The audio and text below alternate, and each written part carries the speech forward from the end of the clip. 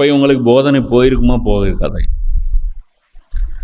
குறைஞ்சபட்சம் இந்த ஐநா சபைன்னு ஒன்று உருவாக்குனாங்கல்ல, அவங்களுக்கு ரசூல்லாவை பற்றி தெரியுமா தெரியாதா? அது உண்மைன்னு அவங்களுக்கு புரியுமா புரியாதா? புரியுதா? ரசூல்லாவுடைய முன்னறிவிப்புகளுக்குனே தனியாக டிபார்ட்மெண்ட் போட்டு வச்சுருக்காங்க. யார்? அமெரிக்க அதிபர்கள்.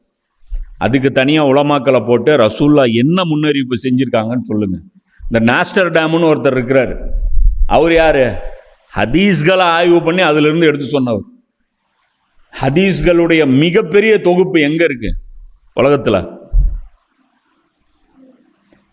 ஹதீஸ்கள் இருக்குல்ல, ஹதீஸ் கிதாபுகள், ரேர் கலெக்ஷன், ரேரஸ்ட் கலெக்ஷன் எங்கே இருக்குது? சவுதி அரேபியாவில் இருக்கணும் நியாயப்படி பார்த்தா அங்கே இருக்கணும், அல்லது எகிப்தில் அல்ஹசர் பல்கலைக்கழகத்தில் இருக்கணும், அல்லது இந்தியாவிலேயோ பாகிஸ்தான்லேயோ பங்களாதேஷ்லேயோ ஏதோ ஒரு இடத்துல இருக்கணும். எங்கே தெரியுமா இருக்குது? வாட்டிகனில் இருக்குது. ரேரஸ்ட் கலெக்ஷன் யார் வச்சுருக்கா? அவங்க தான் வச்சுருக்கேன். அங்கே வந்து யாருக்கு ஆக்சஸ்ஸு? புகாரி இமாமுக்கோ இவங்களுக்கோ ஆக்சஸ் கிடையாது. அங்கே யாருக்கு? நாஸ்டர் டாமுக்கு வந்து ஆக்சஸ். அதனால் அவர் வந்து முன்னறிவிப்பு சொல்லுவார். அவர் சொல்கிறது அப்படியே நடக்கும்.